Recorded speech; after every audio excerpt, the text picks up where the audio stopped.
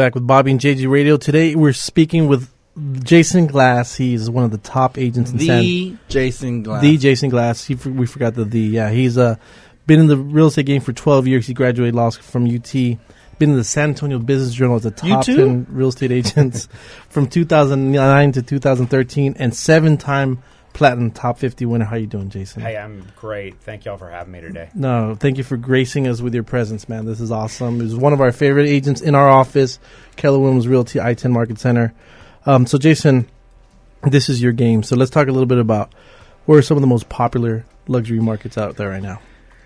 JJ, it's these neighborhoods kind of stay the same for decades. There are not that many different luxury neighborhoods. Terrell Hills, Alamo Heights, Olmos Park, Dominion, Greystone Country Estates, Hill Country Village, some of the larger lot neighborhoods in Stone Oak. These are basically the places that people who want to spend over $750,000, for example, it's where they look. Sure. I would add Bernie to that mix too. Some neighborhoods there like Cordillera Ranch are very popular. Sure. So let's talk about what makes a home a luxury home technically here in San Antonio. It's tough to say. Over 95% of all home sales in our market are below $500,000. So I use $500,000 as a little bit of a cutoff of what might be luxury. But then when you get up to $1 million, you're talking about 0.5% of all sales. And then when you get to $1,500,000 and above, you're talking about 0.1% of all home sales. And we're talking like that was a weird number for San Antonio, because for other cities you see a lot more of it, but for San Antonio it's just so rare. That's right.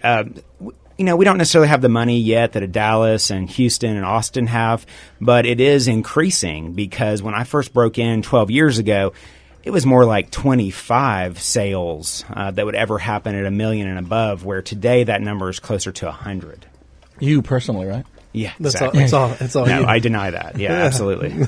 So how do you qualify your buyers? 'Cause I know we dabble over 500,000 barely, but we're mainly 300, 400. When he says dabble, we've heard of it. Yeah, no, we've done a couple, but that's about it. But but we qualify our buyers very regularly before we even get in the car, and it's kind of difficult. Even we see it between 300 and 500. It's kind of hard to qualify these buyers, and I can imagine once you get past the $500,000 mark. Absolutely, and it's really important because I basically work with sellers only at this point, and they ask me not only to sell their house for a lot of money, but to protect their privacy and only let qualified people in their house. Sure. So every week I will have a buyer's agent call me and say, hey, I want to show this house that you've got for sale in Bernie, and here's what I say. Sometimes just giving me the name is enough. We can Google them and we see that they're a doctor that's moving from Kansas City, for example, or oil and gas executive from Houston. It's that simple. Mm-hmm. We're not going to dig into financial records, because that is the story that many of ththese buyers that are real actually have. If it's not that simple, then we will ask for a contact of their private banker, or an account statement where they can cross out the account number, that type of thing. I have to say it is a source of tension, though, between me and an inexperienced buyer's agent. Sure. Because the ones that are inexperienced, they tend to get angry at my offended. request. They don't understand that this is a big part of my job. And if I don't do that part of my job well, I will get fired. And so it's really important to qualify these buyers, and it doesn't have to be an invasion of privacy.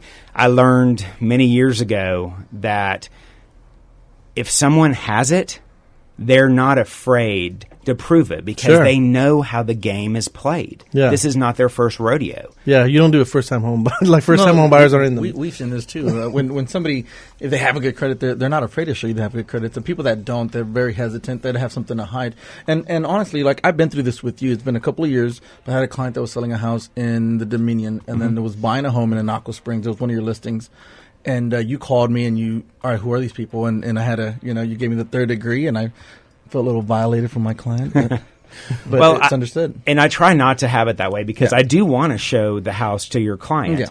But I want to make sure, again, that they're for real, because we don't want to waste our time. But I really don't want my client to come back to me and say, how could you open my Sure. place to someone that wasn't for real? And I can tell you, for these houses over $1 million, there's a huge percentage of fake buyers out there. I bet. We've And had our share, yeah. yeah, I mean, it's just, and then sometimes they're trying to scam a woman that they met on the internet, for example. That one's very typical. Another Tell really, us a story, Jason. I don't know. Well, we need to hear something. well, one time we had a listing that was actually very near Anaqua Springs and Bernie, and this man, he had met this woman online and had convinced her that he had big money. And finally, he flew into town, and part of him keeping up the deception was, hey, let's go look at expensive cars and expensive houses because, hey, that's what I do. Yeah. Unfortunately, by me asking the normal questions that I ask, we kind of exposed him in a way. And that's, literally, there were death threats from this guy. I mean, he just melted down when we exposed this scam. So you didn't let him catfish her, is what you're saying? Exactly. Yeah, it was a total catfish situation. I don't know what his end game was. So you found a picture of him online doing the lawn, like for There was something. he had a weed eater, and then you're like, "This is you." You know what? I think he had a record, like a Oh, really? like a scary record. Oh, we've gone through it too. So we had a client that we're shopping the Dominion, and we asked him for proof of funds, and he sent us over a bank statement, and he had $84 million in checking and $0 in savings. There you go. I still From have Generations that. Bank. I still have that, and if I ever see him, I'm gonna be his friend. You're going to catfish yourself. So if you're just joining us, we're speaking with Jason Glast. He's San Antonio Portfolio Real Estate is his company. He's one of the biggest luxury agents here in San Antonio. Works with us at the Keller Williams I-10 Market Center. So why is qualifying buyers? Why are they so risky? I just think that when you have a listing that's really expensive, Sure. people try to use it, and the most common reason that people would try to waste your time is that they're mentally ill. They have a narcissistic personality disorder. Sure. Because years ago, I was like, what is their end game? They're not going to be able to scam me or my Yeah. clients. What's the deal? And I Googled it, and it's all about narcissistic personality disorder. These people are so messed up in the head that if they're not treated like big shots, their whole life crumples in on them. So Right. they're constantly showing up at Barrett Jaguar or trying to schedule showings on luxury homes so everybody will dance around them and treat them like big shots. And the problem is when you give them an alternate reality, like what's actually real, Sure. they can kind of flip out, and it gets a little scary and a little dangerous. Jason, you just helped me understand JJ just a little bit more. Yeah. I know who he is now. Yeah, I take Bobby to Denny's, and he thinks he's the big shot, man. He thinks he can order whatever he wants on the menu. JJ and- drives the Kia around. He's like, look how Yeah. cool I am. Like, Yeah, I dropped you the got name. it. You got it. He said Barrett. I didn't even know what that meant. Barrett. So why is it so important to? What are some important questions for these sellers to ask if they're going to use a luxury agent? How do they pre-qualify their listing agents? Well, they, of course, want to know, how are we going to get exposure? Because essentially, they're trying to find a needle in a haystack. Sure. Because supply and demand is so different than if you're selling a house, say, under $250,000. Right. You're talking about years of inventory. So, of course, they want to know, how are we going to get maximum exposure to bring in the right buyer?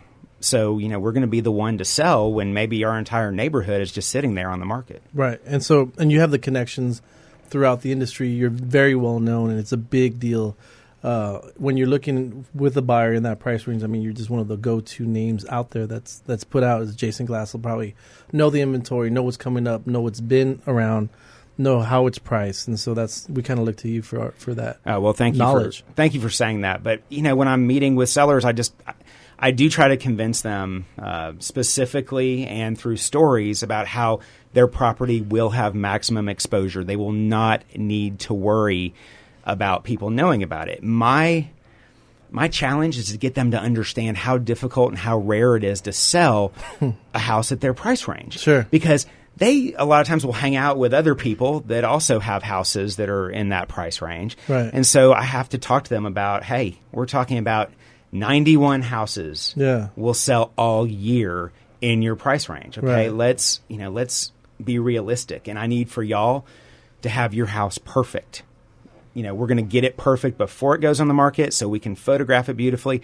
And then for each and every showing, I'm going to tell you how it needs to be. So, we have the best chance to have a perfect showing. And then hopefully that'll help sell the house. So you're not using your iPhone for photos? I don't. I do it for my own happiness. Sometimes I'll be like, wow, that's awesome.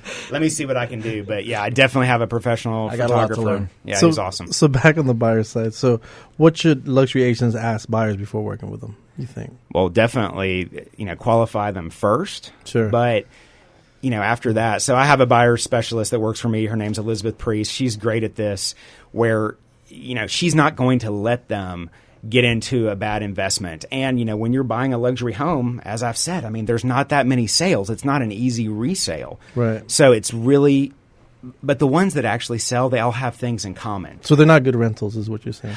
I don't think they are except for this.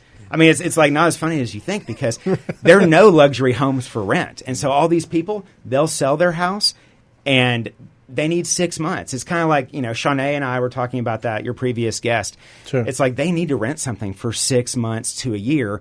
They want something nice, and they can't find it. And so they'll pay nearly anything if it's the right rental property. Because they're used to that luxury. Absolutely. And they may have 9,000 square feet or something like that, or 6,000, and they can't just go into an apartment for... You can't put a grand piano in I can rent one of the wings. Hey, caretaker style. Why not? That'll work. So we're speaking with Jason Glast. We're going to take a quick break right now.